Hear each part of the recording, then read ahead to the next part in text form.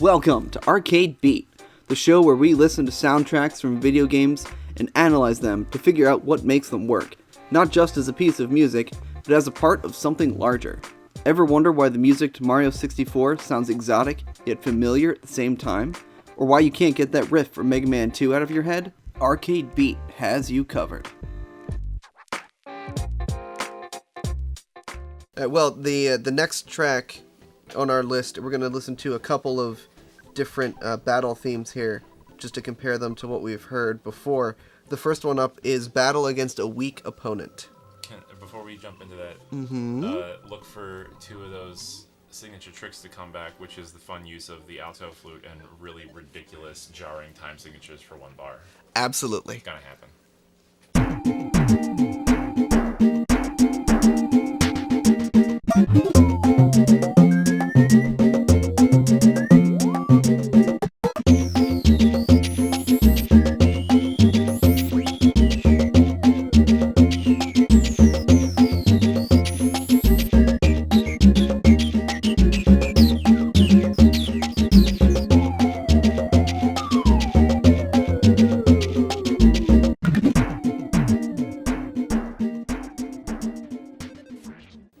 First things first, can you go ahead and pull up that the last tab there?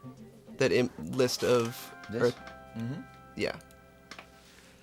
So that is the top row up there. Oh, okay. Weak opponents. Okay. Yeah. What we're looking at here is it's actually Earthbound enemies by battle song, so we can actually see the enemies that are presented during each song or while a song is being played. Yeah, so we're talking about like Runaway Dog, Spiteful Crow, Rowdy Mouse, the cops, the drunken dudes. Drunken old dudes. Oh, Mighty Duck. Yeah. Mighty Duck. Mighty Duck is one of them.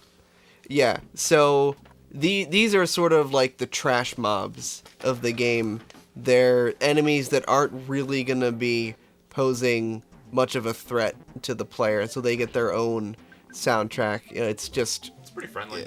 Yeah. Yeah, like I don't feel too threatened to listen to Yeah, no, it keeps the whole idea of being weird and kooky and kind of unsettling, but it's not threatening. It's nowhere near as tense as the otherworldly foe track and some of the other ones as well. I feel like the mood behind like the jarring moments in this is like, why is a duck fighting me? That's the feeling. It's like, go home, duck, you're drunk. I mean, Nothing more annoying than a drunk duck. I gotta say. I would tell you what. as far as references, I mean, it's clear that they have a Mambo influence here. Just being a kid in the 90s, I almost feel like they were thinking of like the scene from The Mask when he was like surrounded by all the cops, and he does the Chick chicky boom, chick Yeah. chicky boom, chick chicky boom. Yeah, he does the Cuban Pete thing. Yeah. That's almost like the feeling that I get from this track. And again, they're very clever in by picking a style that is so stylized. Almost any sound would invoke the feeling of a rumba, because just the fact that the rhythm, the fact that again the boom chicky boom style, it's like you could almost put any sound in there and you'd go, oh, okay, I catch the vibe of the song. So they're very clever by using a style that is so identifiable they could almost plug any sound in there, because they have this synthesized whistle kind of trailing sound that technically doesn't really resemble anything that would be used in that style of music in a way, but instantly you go, oh, you know what style it is. Okay, the next enemies we're going to be fighting is a Battle Against a Weird Opponent. Oh. These are weird, because ducks aren't weird. Ducks aren't weird. Not comparatively, no. No, Not to a tree, I guess. they have feet. They're cool. Yeah, like fighting a tree is a little weird. Yeah. These people are weird.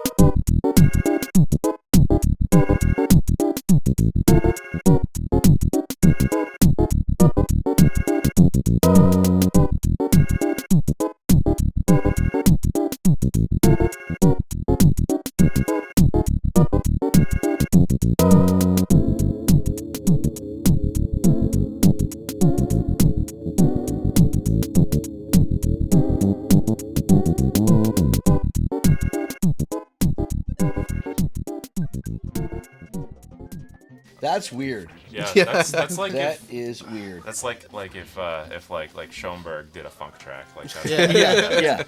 Yeah. It kind of it says it's like some of the melody line definitely gets a little out of the key, and you're put off by like, oh, isn't that a wrong note? There's have definitely some cool stuff that makes you go, that's weird. Yeah, you have that like little drone, which now that I know is the flute, I can totally pick it out. That in the background. They Yeah. brought back the quote tape loops also in this one. Yeah. Yeah, that's a lot of that like hissing droning sound. Oh, okay. Nice. I don't know exactly what they're using, but they call it tape loops. Yeah. So Okay. here we're talking about like Coil Snake, Pogo Man, the Black Antoid, the Slug, I the forget slug. its name. Yeah, little UFO, that big tree thing. What's the big face? I don't remember its name, but yeah, Yeah. they're just to give you an idea of how weird some of the enemies get. There is a floating pair of lips. It's pretty much all there is to that. There's a Rolling weird. Stones thing without the tongue, and then an Yeah. eyeball with feet. an eyeball with feet. There's a hieroglyph that is actually, a 2D drawing on the wall that pops off and attacks you. Yep. There's a dude who's got like a triangle head, a little circled body, and then noodle arms. Fire plug, Gruff Goat. Yeah. a jack-o'-lantern head that looks like it's on like a woman's body. That is a if I remember correctly, that is like a trick or It's a treater. trick or treater, yeah. Trick-or-treater, okay. Yeah. Well, there you go.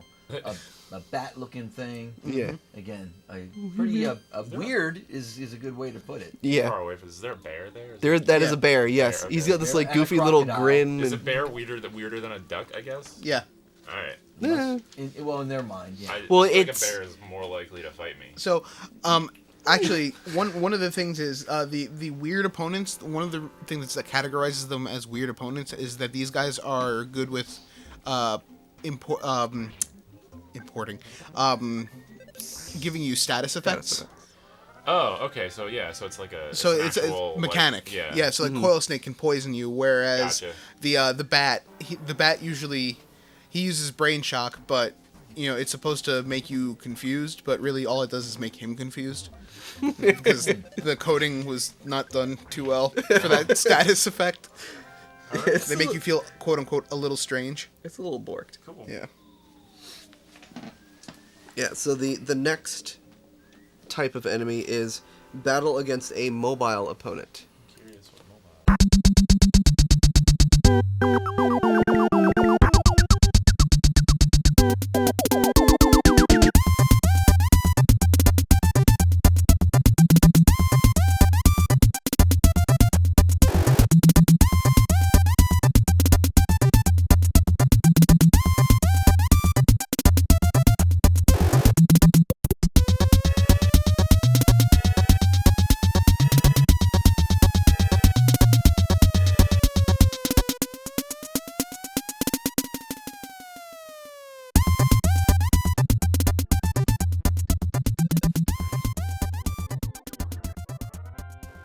Wow. Do you guys think that Major Lazer played this game before he became Major Lazer? Yes. Probably. Yeah. Absolutely. That was very like island techno. Yeah. Yeah, it's got this Mobile. this really fast-paced staccato kind of beat to it that almost makes you think of like a pitter-patter of feet, or like it gives you a sense of movement. And again, as the title suggests, the enemies you're facing are either like there's a dude on a skateboard, there's an actual taxi, or like there's Rambling little mushroom. Yeah, there's little things that kind of scuttle. There's a cockroach, a guitar, a record, a cup of coffee, like little tiny things that are kind of scrappy and scuttling around. Yeah, these guys have a faster dodge rate, so hitting them is harder. Okay. And there's I like the again the police siren in the background, which again gives the Yeah. the movement of getting away or something Yeah, after you. Or you're on the something. run. Yeah. The next track is also I guess it's a combination battle track / character theme song. The track we're going to listen to is called Franky.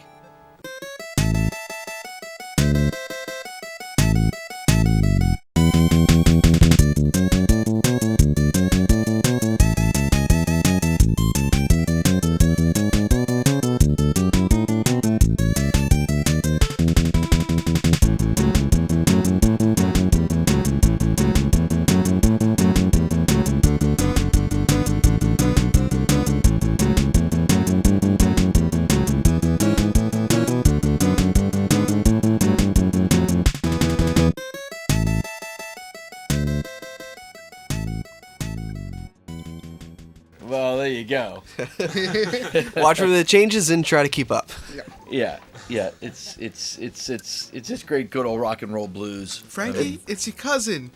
Listen to this. Yeah, that song that we just listened to pretty much just is Johnny Be Good. Yeah. Like it. But it fits in this because, like, at this point you're fighting.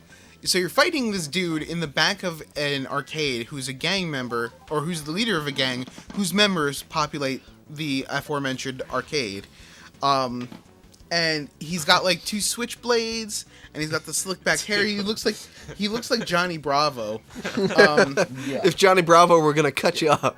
We're also worth it to note that the New Age Retro Hippie also has this music. Yeah, this track is only used for 2 different enemies. The least amount of overlap aside from the final 2 boss fights. There's Franky, and then there's the Retro New Age Hippie, and those are the only enemies that this track plays for. The Retro New Age Hippie looks like a clown. Yeah. He does kind of look like a clown. He's a clown. Nice. I guess this is the first of multiple songs that are 12-bar blues also. Yeah. Come back. Mm-hmm. Yeah, again, they're very clever use of a real specific style that any sound can portray. Mm-hmm. So you go into that, that again 12-bar blues sound, and it's like, okay, no matter what plays it, that's what it is, and you're gonna evoke that feeling of a guy with 2 switchblades. It's funny because, like, given the context, you would almost assume that this is a very safe choice for song, like, because it's pretty much like, you think of like a dude, like a gangster, like, you almost think, like, just based on his characterization, like the actual sprite itself, you almost think that this just is Johnny Be Good, like, Yeah. right. So it's almost a very safe choice, but given the fact that they had to build this all out of, the technology they had to build it in, it was very, very well done in that there was, like, if there was something that didn't fit here, that would immediately take you out. Like, if they had added those drones here, it would not have worked. Mm-hmm. So, I appreciate the fact that they were able to do this and pull it off, given the sound font that they were working with.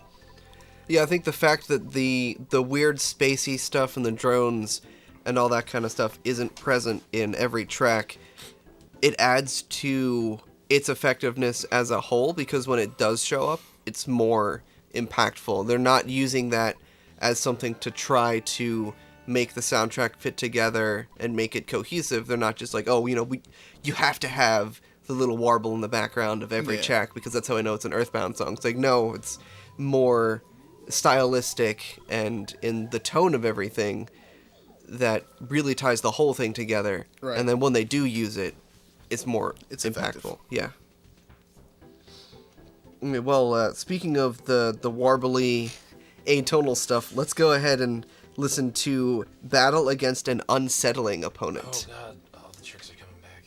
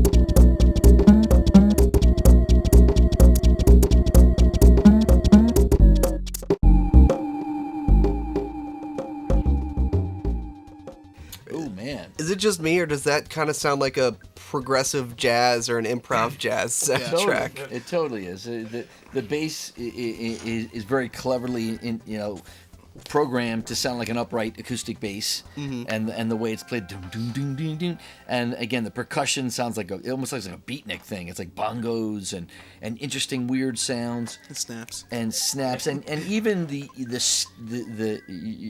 stereo use, how the track itself has a real distinctive use of stereo, where things are going from left to right, and it really uses the image to also set up again a feeling of a little bit of tension and some weirdness and just odd things that you wouldn't do with just a regular song. You wouldn't have a sound that ping pongs back and forth in a regular song, unless you want to say, hey, I want to mess with your head a little bit. Yeah, actually, on that note, you just brought up something up that gave me some really cool stuff to talk about. This was coming from the days where there was still the selection in the options menu for mono and stereo. Because we were talking about, you're still using those old CRT monitors where there were only 2 speakers. This was before you had like an auxiliary jack that you can plug into a stereo.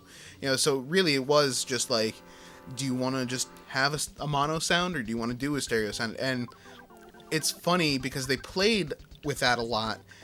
Now, using the technology that we have, for example, when we were Let's Playing this, we were actually huddled around Drew's Surface, and we had a bunch of splitters, and I remember for a good bit of time, like, I had one earbud, and, like, Drew had the other earbud, so we were only hearing, like, half of the track, and it was like, when you're listening to half of this song, it sounds even weirder. Yeah, it's when you only hear...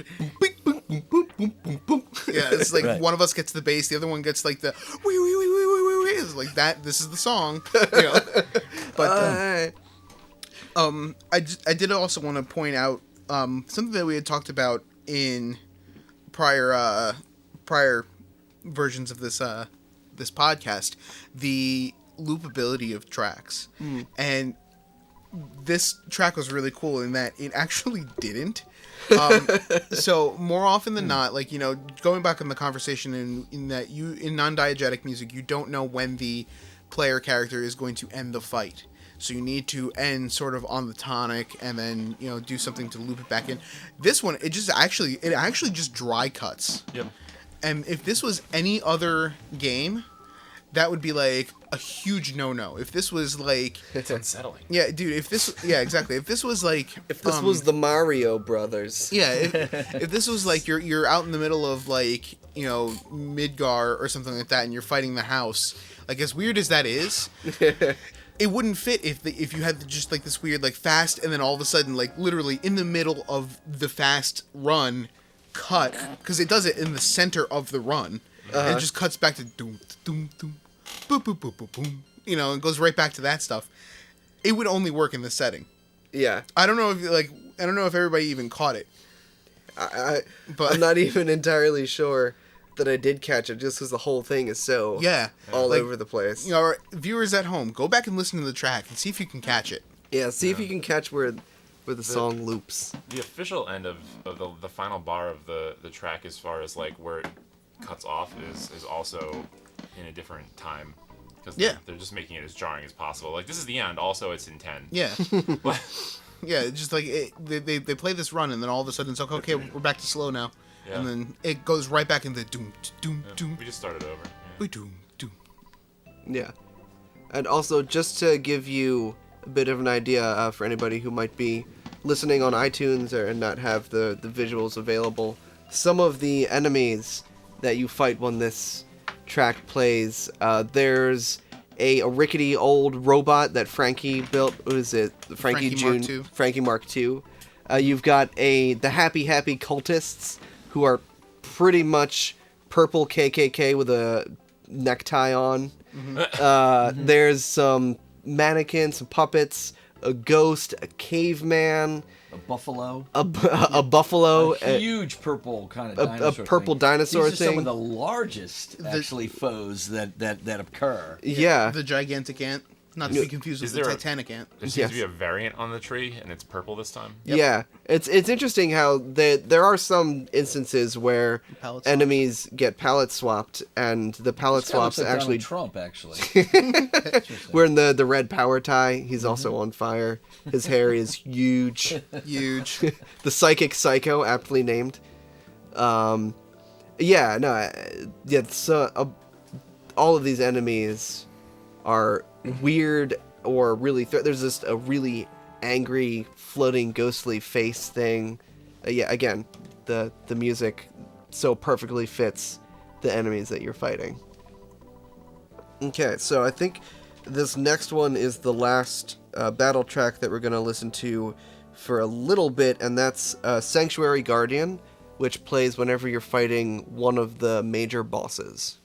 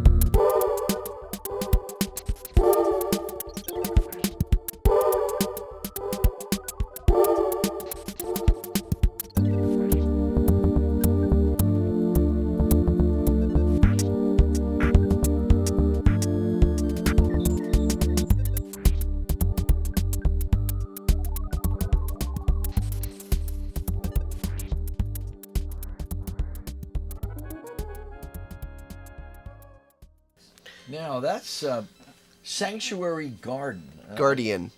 Guardian. See, Yeah. I can't read.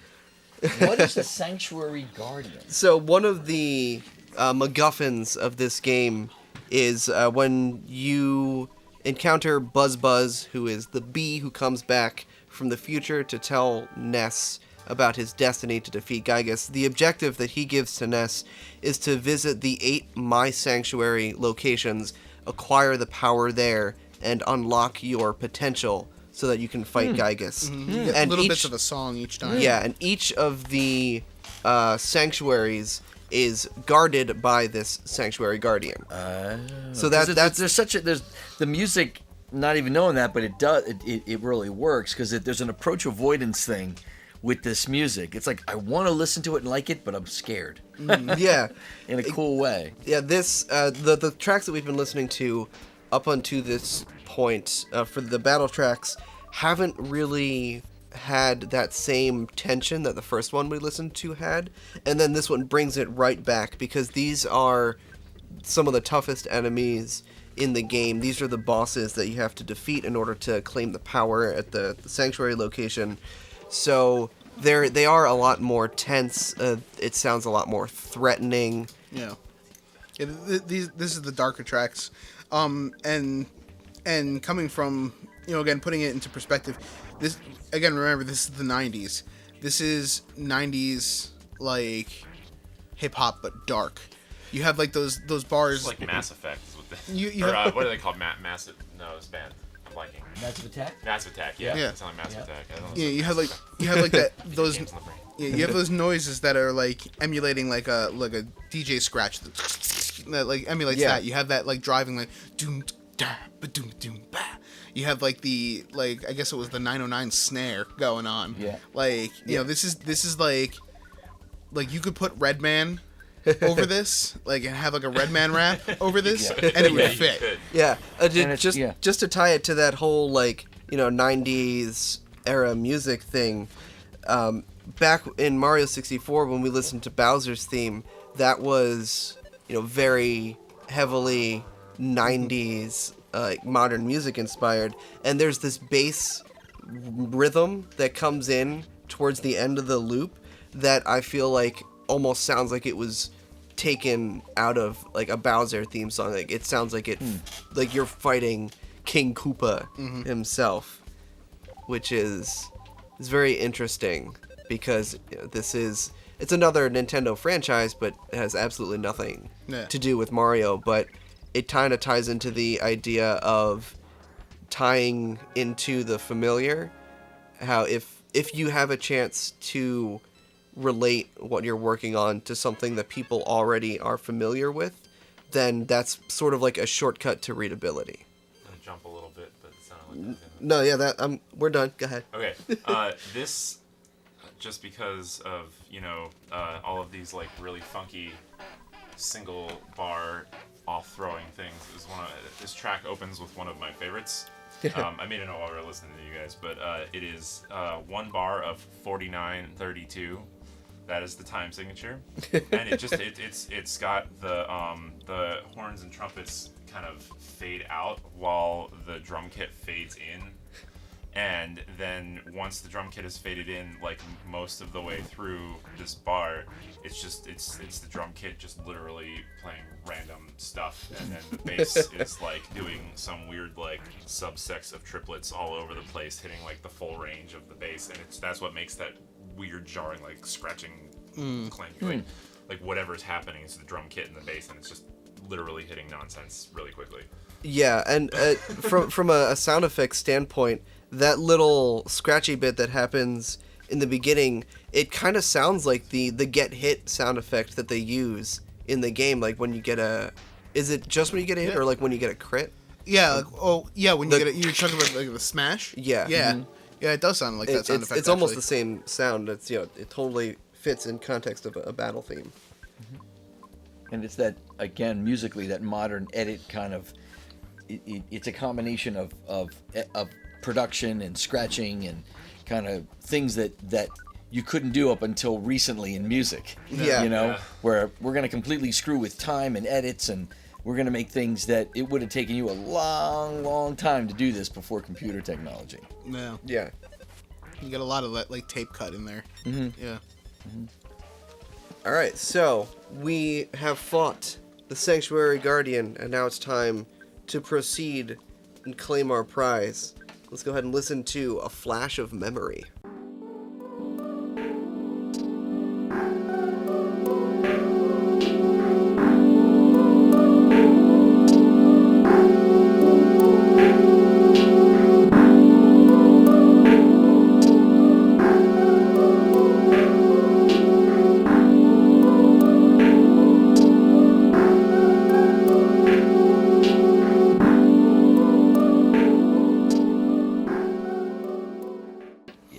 Can I be silly for a sec? Yeah. Go ahead. Hey, this is Pollyanna again. I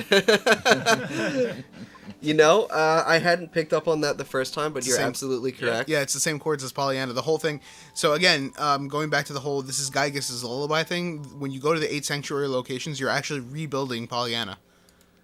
Well, that's the 8 Melodies song is I think, a little bit different than It's a little bit different, but Pollyanna. it's still like the same chord structure, same melodic progression. yeah. You know.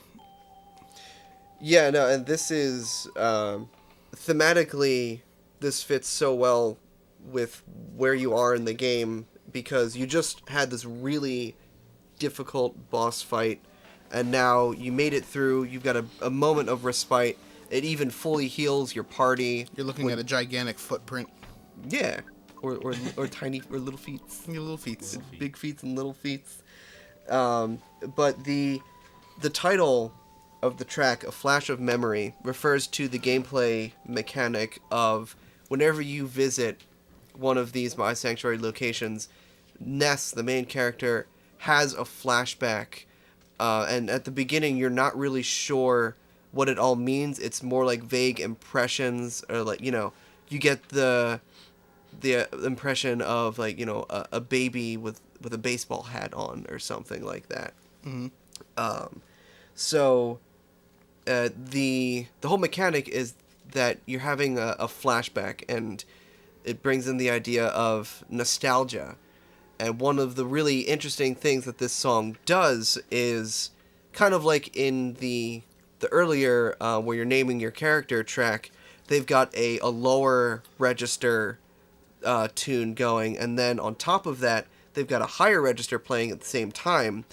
So you've got the high and low happening simultaneously, which is actually how you evoke the feeling of nostalgia. It's defined as being happy and sad at the same time. So it's a trick that composers use when they're trying to make you feel nostalgic, is to play like either a major and a minor key at the same time or something like that, where you are simultaneously evoking feelings of happiness and sadness at the same time. That doesn't seem fair. Why are you doing that to me? Why you do this? Why you gotta be so cool? No. No, okay, I'll cut it. But yeah, just like quick piggybacking off that, just to add to that drone effect is actually evoking the past. So there's two ways in like musical composition, at least for like media, that you can do that. And one is, yes, having two completely separate things. In this case, like Drew said, the low register stuff and the high register stuff. The other thing is reverb. Reverb is a big thing, and more than just in spatial recognition. If you think about it, think of let's do the Wayne's World. Doodle-doo, doodle-doo, doodle-doo. They're doing the flashbacks, and as they do the flashbacks, they increase the amount of reverb that you get out of when they're doing the doodle-doo, and that's what like gives you the okay, we're going back to the past now. So the drone here is that's that doodle-doots. That's the reverberation. That drone there is supposed to pull you back and say, oh, okay, this is happening in the back of Ness's mind. This is happening in his recollection, kind of thing. It's the wibbly wobbly, if you will. Yeah, the wibbly wobbly. We use technical terms here. Like wibbly wobbly. Yes. Okay. Well, Nice. the next track on our list is Boy Meets Girl.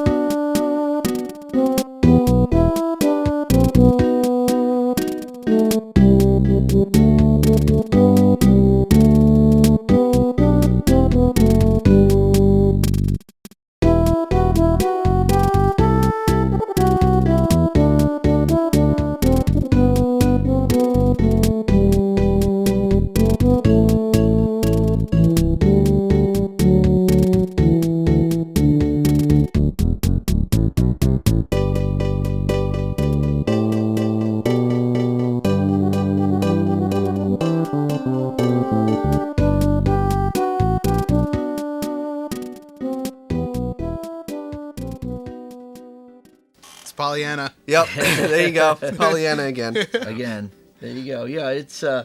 I was singing the Mary Tyler Moore theme as it was going down. It's this really nice. We're gonna make it after. It's a really nice melody. It's got that faux trumpet thing going on. That's somewhat that invokes like this new feeling. It's almost like a high school graduation and a wedding at the same time. Yeah. So you've got this boy meets girl, this very special, big emotional kind of feel that the music's evoking, and it's structured very much like a song as well, as opposed to just something in the background. You're getting back to something that you listen to as a piece of music, as something that is taking you somewhere in its structure.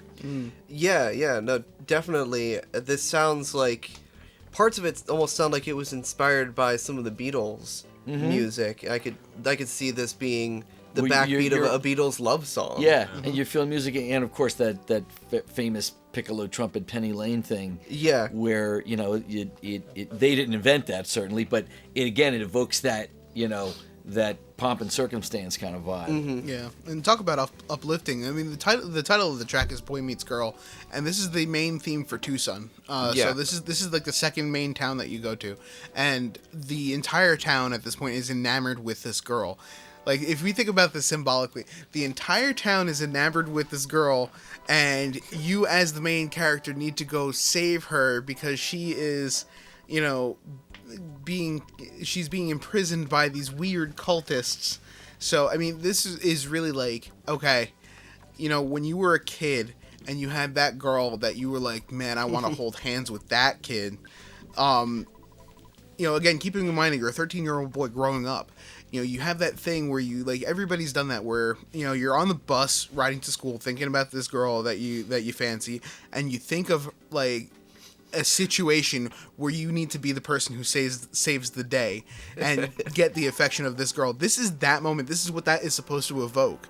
You know, when you think about that girl in the back of your head, this is the song that's playing in the back of your head. You know, you also get your bike at this point. You're riding your bike. You know, you want to go ride your bike over to her house, give her a flower, and then live happily ever after. This is the puppy love song. Yeah. And I think they do that really, really well here. Yeah, They do. And again, you mentioned this briefly, but I just kind of want to hammer the point home that this soundtrack is so from Ness's perspective. The title of the song is Boy Meets Girl, but it is the music that plays when you're in the town Tucson. This is also the song for the town of Tucson, but it's written to accompany a specific event that happens there and an emotional connection that Ness has at this place. The music for this game, by and large, is not written by location. It's based on what the characters are feeling at that particular time, which is a very different way to approach writing a song track. And when you have a game like Earthbound that is dealing with topics like, you know, coming of age, growing up, which is a very emotional thing. It's a very personal thing, much more so than you could have a more grandiose story of like the rise and fall of kingdoms or whatever, people dying left and right. You can have whatever crazy story you want to tell, and it could be less interesting and less compelling than a story of a 13-year-old boy who meets the love of his life for the first time. Yeah, this is literally you experiencing Ness getting his first girlfriend. You know, this is supposed to harken back to your first crush. Yeah. You know? And it's something that is so totally relatable to everybody. Mm-hmm. Well, as Alden briefly mentioned, at this point in the story, Paula is kidnapped by the Happy Happy cultists, so it's time to go to Happy Happy Village and rescue her. Listen to the track Happy Happy is Blue.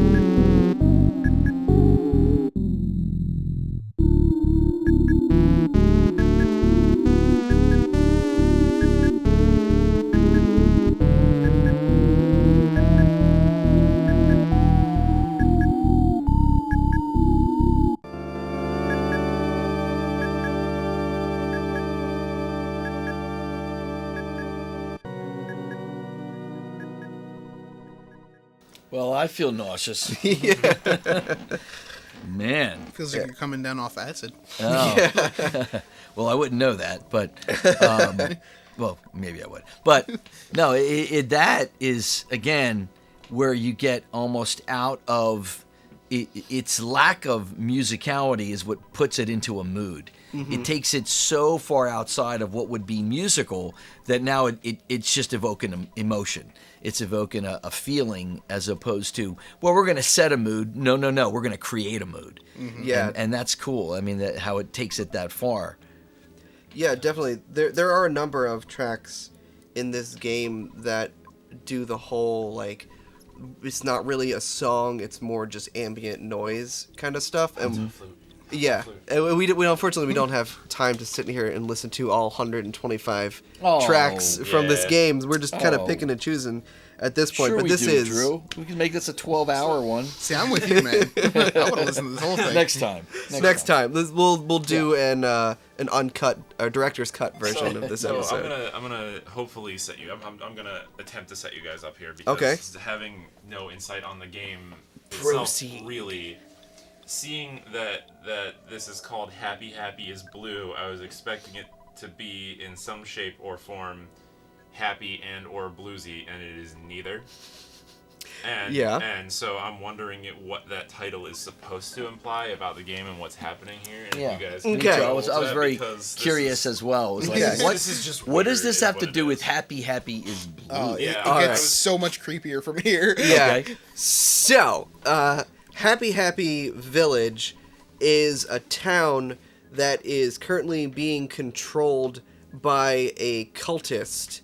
What's his name? It's Carpenter? Yep. And Mr. Carpenter. And everything is painted blue. That's their thing. So the name Happy Happy Village is blue. Happy Happy is blue is very literal. The town of Happy Happy Village is blue, and that's their whole thing. They paint everything blue. They wear these blue jumpsuits with this weird blue hood. The KKK uniform. They look like a blue KKK. Actually, in the American cut, the Japanese version and American version were a little bit different. In the American version, they actually took off the HH that they had on their hat because it was too reminiscent of the KKK. Wow. Yeah. So, and they put a little pom pom at the end of their hood. Yeah, to make as it like well, a to make it Christmas a little bit more silly. But just to further that, actually, the Happy Happy cult actually has a real world tie, in that there was a cult in Japan. I don't forget the name of it, but it was headed by a self-proclaimed blind oracle. Well, he was actually blind, but he was a self-proclaimed oracle who said he could levitate, and there were some videos of him, quote unquote, levitating. There was a whole cult following behind him, and they were characterized when they went to go preach the word of this cult as being very happy, joyful. They would dance a lot. They would, release balloons a bunch, and at one time they lived in this dairy farm. And that's important because the only cow that's present in this game is in Happy Happy Village, and he's painted blue. He's painted blue, yeah. Yeah. He's a blue cow. But they wanted to take the world by storm, and have this this cult following. So it was that aside, they had this chemical that was in a plastic bag wrapped in newspaper that they would leave on the trains in Japan, puncture them with the end of an umbrella, which would release the chemical as a gas and, cause all manner of sickness, etc. But that was a big story at the time in Japan. And when this game was released, that this is actually an allegory to that, and bringing it back to the whole theming of the game. This is Ness dealing with current events. Mm-hmm. How do you deal with the destructive happenings in the world going around you? How do you deal with hearing about stuff like Charles Manson on the news? Exactly. So Pretty interesting. Yeah. Thanks, guys. Yeah. No worries. No problem, buddy. I want to just I'm going to keep doing this because I like calling out the odd meter single bars that they keep throwing in there. Go for it. I just like to mention that it's there and tell you what it is. That's really all I'm gonna do. Go on. There's that one jarring like throw off the time, but not like as if you can get more thrown off. Yeah. It's actually not that weird. It's not as crazy as like the 49 over 32 stuff it's not even. It's basically a measure of 3/8, and then they also added a 30-second rest. Oh. So it's literally 3/8 plus 1/32. That's not so bad. But it's pretty because it's just kind of like that. Go like. Yeah. All right. Well, let's go ahead and turn it around a bit after going to Happy Happy Village. We're gonna go hit up the club and watch a Runaway 5 show. Let's listen to Runaway 5, The Daily Show.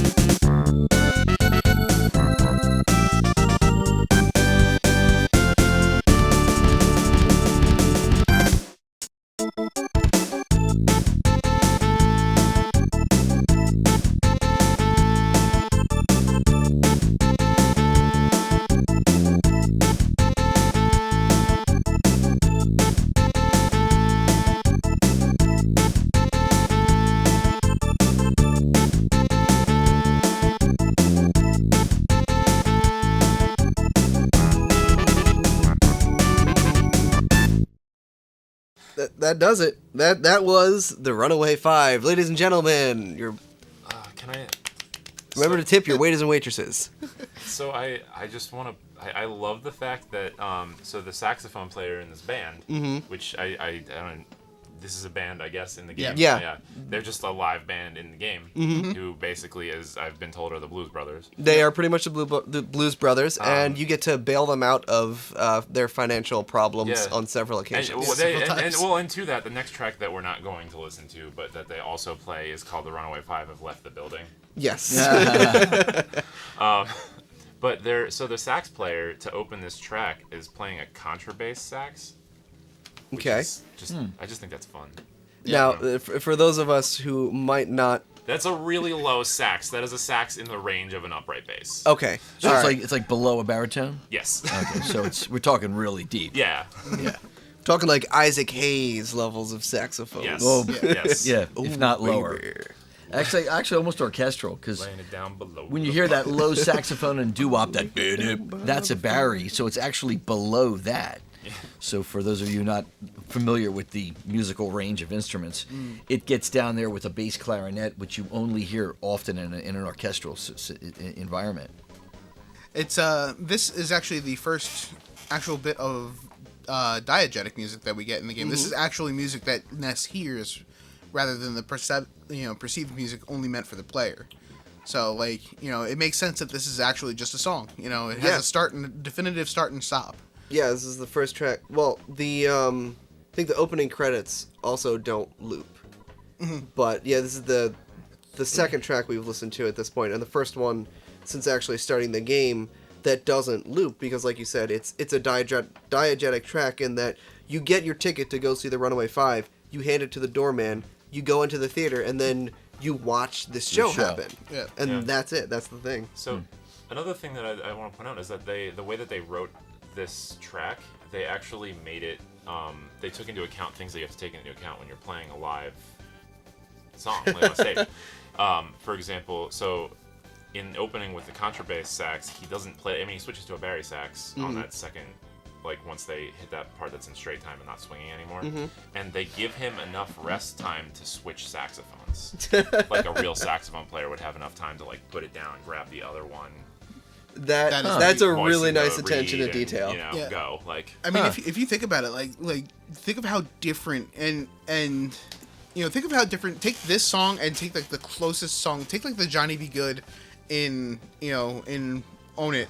Take that song, or the take Franky any song? any fight song or anything else in this album. And realize that this is one of the only songs that actually has drum fills, in the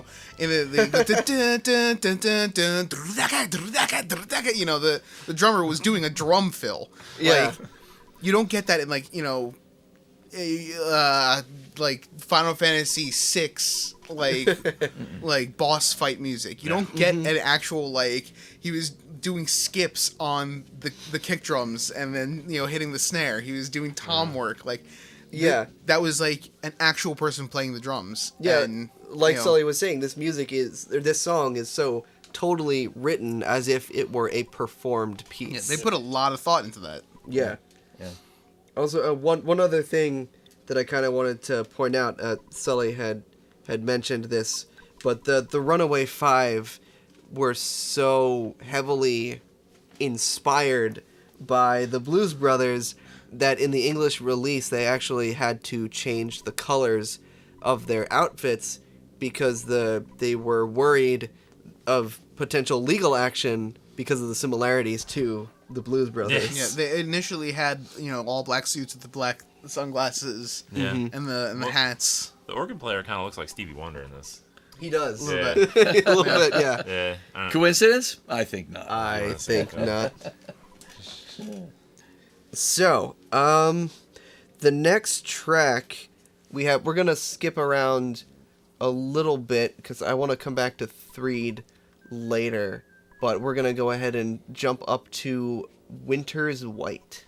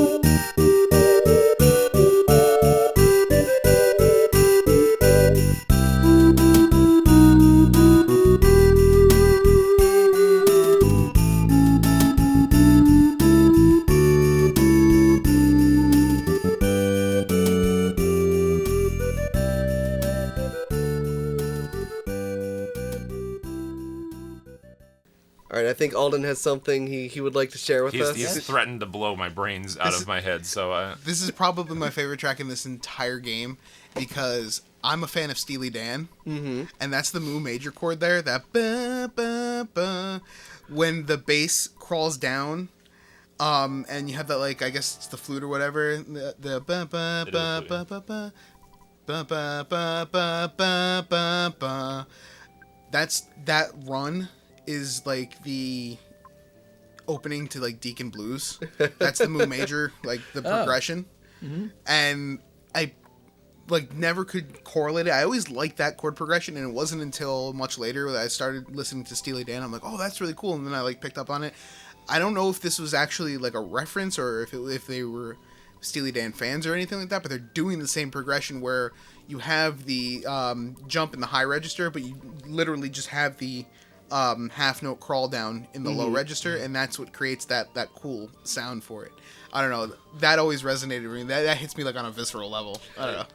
they oddly enough that's a trick that was used in old classical music a little bit too for chord setting and stuff like that. Yeah. It obviously didn't sound the same as Steely Dan because No. Yeah, I would not at all be surprised that this is another like pop culture tie-in thing where they wanted to try and, you know, tie it back to Steely Dan I'm serious. If you were to pause this podcast right now and just put on the first maybe 15 seconds of Deacon Blues, you'll know exactly what Deacon Blues. Yeah, you'll know exactly what I'm talking. Yeah, yeah, no, it does, and again, I think it's another one of those aspects that it kind of helps to evoke music that you're familiar with, that you may not even necessarily be able to identify, but it strikes a familiar chord, and there's a comfort of in this song too. Again, not knowing exactly what's going on, but it all of a sudden makes me feel kind of comfortable. Yeah, so just to paint a picture of where we are in the game, when Ness and Paula go to Threed, we'll come back to Threed in a little bit later, they end up getting trapped. and Paula sends out a psychic message to this friend that they haven't met yet, Jeff, who is way up north in the town of Winters. And the game actually cuts to the perspective of Jeff. You wake up, you had this dream in the middle of the night where this person was calling out to you. You wake up and you're like, I've got to go. Like, these people, I don't know how I know, but they're my friends and they need my help. So Jeff is at a boarding school. He has a very estranged father, Dr. and Donuts, who's sort of... Dr. and Donuts? At Andonuts and Donuts. And he likes donuts. Sounds logical. Yeah, but he's this kooky scientist who just sort of like sent Jeff away to boarding school and kind of stopped being a part of his life. But yeah, so Jeff has been at this boarding school for such a long time. He very sequestered. He's a really, really smart guy, but he hasn't gotten out much. And now, again, just like Ness, yeah, he has this duty to go and travel across the world. Don't you smile when I say the word duty. He's got to travel across the world. Oh, God. He's got to go save his friends, blah, blah, blah, duty. Yeah. Cool. You rise the Loch Ness monster. I hope. Yeah. Everybody. I would like to voice a gripe that I have with Drew right now. I wasn't prepared for this track because it wasn't on the playlist until like before we started recording because Drew forgot to do I Winters. forgot. There's a bunch of tracks associated with Winters. And it fucks up my stuff, man. I'm sorry. They used a flute like a regular flute. It's because we're in Jefftown now. Yeah, Jefftown uses Jeff don't flutes play all by regular, Ness's rules. And I don't know what to do about the flutes. And the flute's regular in this one. It's a regular flute, It's the exception that proves the rule. I guess. Yeah, that's good. Yeah, I'll roll with that. Okay, I we're believe good. Sully is about to pick up a hammer and hit Drew in the head with it. I'm gonna try to stop it, but if you hear some really evil stuff going on, don't pay it no mind. Pay it no mind. You remember when Drew forgot to put Winters on the playlist? I miss him. I knew it was happening. Okay. All right. All right. Well, as far as a game progression goes, I'm not entirely sure. Actually, real quick, why this comes up next. Before we move on, because I realized that we completely forgot to mention it. There are sleigh bells in this one. Winter. Oh. You know, there was a little bit of theming there. Right, yeah. Okay, yeah, duh. That's the this first is time a- we actually get to, like a somewhat is a normal winter game level. concept. Yeah. Yeah. As you might imagine, this town is covered in snow, and the music has jingle bells, and it sounds cold and classy. Yeah. Yes, but you've heard that for a couple games in a row now. Yeah. This is what winter sounds like. Yeah, Winter's white. it's Ah. classy. Okay. So let's go ahead and jump to High, High, High.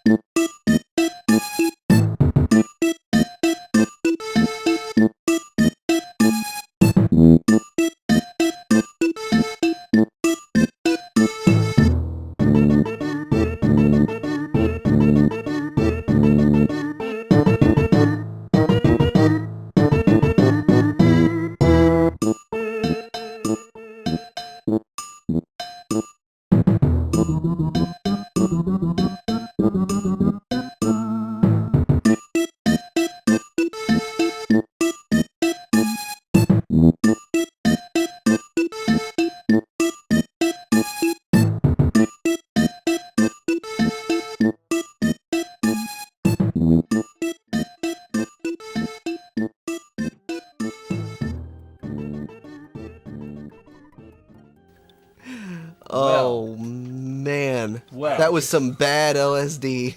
It's a bad trip. Now it's HI, not It HIGH. is HI. It is actually So- HI. My old band, Pliers, had a song called High, High, High, by the way. Except it was HIGH. But that's another story. That's another story entirely. So, this is the song that plays in Saturn Valley. You just got to look at a picture of it. There's no way we're going to be able to accurately describe. It's like the Mr. wacky Saturn. land of this game, basically. Like, Yeah, so it's filled with these guys that are all named Mr. Saturn, and I mean that like there's a that's whole not. bunch of them. There's not just one. Yeah, and it's not like a rate. It's not like a Mr. Saturn is not like saying like that's the name of like the alien. No, they're all named yeah. Mr. Saturn. It's like an entire town of Jeffs, but like Yeah. they're all Yes. Mr. And Saturn. They are a face with 2 nubbins for feet and a big nose. Whiskers? Exactly 4 whiskers and one hair on their head with a bow. And It's similar to like an Asian kind of a stereotype in a way. The hair with Yeah. the bow. Yeah, the Yeah. hair with the bow a little bit. like old like 50s. But yeah, propaganda I'll film. have visuals up on the YouTube video, and I'll have Yeah, an image on the Most of them appear to website. be white as opposed to some of them are flesh colored. Yeah, Yeah, the actual so the one that's like all pixely there, that's from the game. That one. Yeah. So they're kind of okay. pink. Okay, so They're they're kinda not pinkish. Okay. Yeah. Okay, so they actually are kind They're of flesh flesh tone, colored. yeah. Yeah. Yeah. So Do I see communist Mr. Saturns on there? yeah. I mean, Fan that art is. is weird. well, we went ahead and Google image searched, so you're gonna find some stuff. Crazy stuff. Some Oh, crazy- man. you might not want to scroll down much further. Oh boy. There's Just- one on a T-shirt. I want that. Gets a little saucy. Just Okay. the general Google image search warning: don't scroll too far. So There you go. like another thing is like just so how outlandish these guys are like throughout the entire game. So whenever you're talking to somebody, they're whatever they're saying is being read to you or being scrolled through text, and the text is fairly normal, except when you talk to a Mr. Saturn. It's all like squigglies and like Didn't the director get his daughter to write out Yeah. some letters and base the font off of Base his the font off of that. 4-year-old daughter's handwriting? yeah, so like they say things in weird like almost Yoda speak, but then they like leave articles out and they say like boing. Yeah. A boing is a period or exclamation point It's a punctuation to a sentence. Yeah. They'll just end sentences with the word boing. or doing. Boing, and they do say both. It's Yeah. Doing. Doing. That's a new Yeah, one. and there's a lot of in this town. There's a lot of ladders that lead to nowhere. Yeah. Or there's a phone at the end of a really long ladder. Yeah. One of the Mr. Saturns has a piece of paper sticking out of his mouth, like jutting out from his mouth and then being sucked back in over and over again, and that's to let you know that he's the ATM. What? Yeah. Yeah. Well, yeah. Mm, This game is weird. Yeah. yeah. Yeah. This game, Saturn Valley is. it just goes like- off the deep end, and there's no better tie-in. Yeah. As musically, like this fits so perfectly, Yeah. and like again going back to it, like this is the only time that I can think of Buy Something Will You where that actually isn't so far a jump. You know? Oh yeah, yeah. Yeah. So, this track is also a little weird as far as their intended instrumentation for it, which I guess makes sense because it's just Perfect weird. sense. Yeah. It's a tuba, timpani, a go-go's, steel drums, marimba, and accordion. It's a hell of a band right there. Yeah, that sounds like Mr. Saturn Kind of Band. normal in Yeah. some ways. So, yeah, little subgroups, I guess. I don't know. No, Never you're heard timpani and accordion together. really odd. Did you put the Unusual. coffee song on this, by the way? Coffee. Yeah, it's coming up next. Okay, good. Oh, the coffee song. Yeah. Oh. Um. Is that like Is it- Maxwell House? Good to the last drop? Yeah. So It's the Folgers. yeah, I'll round it out. I'll round it out to, when we get to the end of discussing this track. But does anybody have anything? This track is just weird. It's Yeah, weird, there's it's not weird. really a Yeah. whole lot specifically to go into. It's just like boom, bing, boom, bing, boom, bing. It's just all It over the jumps place. around the range a lot. Yeah. It's very Yes. happy. Yeah. It's cool because like one of the things to note is this is going. When you get to Saturn Valley, you're crossing possibly one of the hardest areas in the game for the level that you are when you cross into it. Like you're in this valley where these monsters, because you have to keep going back to it through this area. There's like 3 or 4 areas that you need to go to that are around this area. So there's like a bunch of hard monsters here. So it actually forces you to jump up in level. Okay. But it sticks out in that it's like you go through there and then you go to this really bizarre like village, and it's very like this is your respite. It's a very delirious relief. This place is also unique in that it actually has 2 places where you can actually full heal yourself. Again, full heal yourself. Going back to the respite idea, you can either climb up a ladder to talk to Mr. Saturn, so that you can then climb down the ladder and sleep in an easy chair next to a Mr. Saturn who is not the intended person to talk to sleep in the easy chair.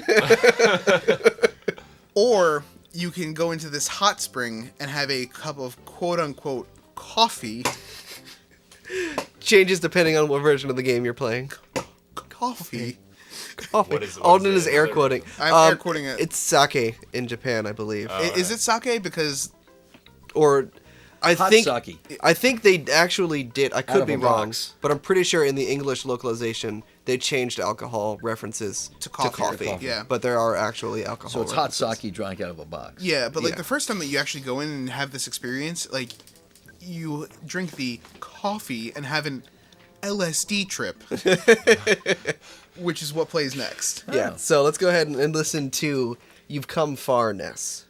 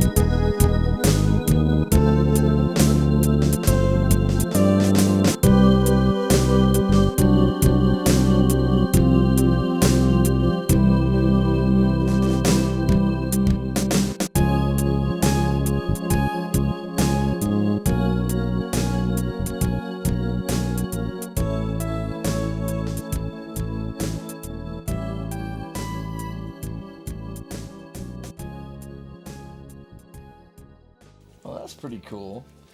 I mean, musically, all of a sudden, we get into a whole nother vibe. Again, a song that seems to have been created more as a musical piece to listen to as opposed to a supplement.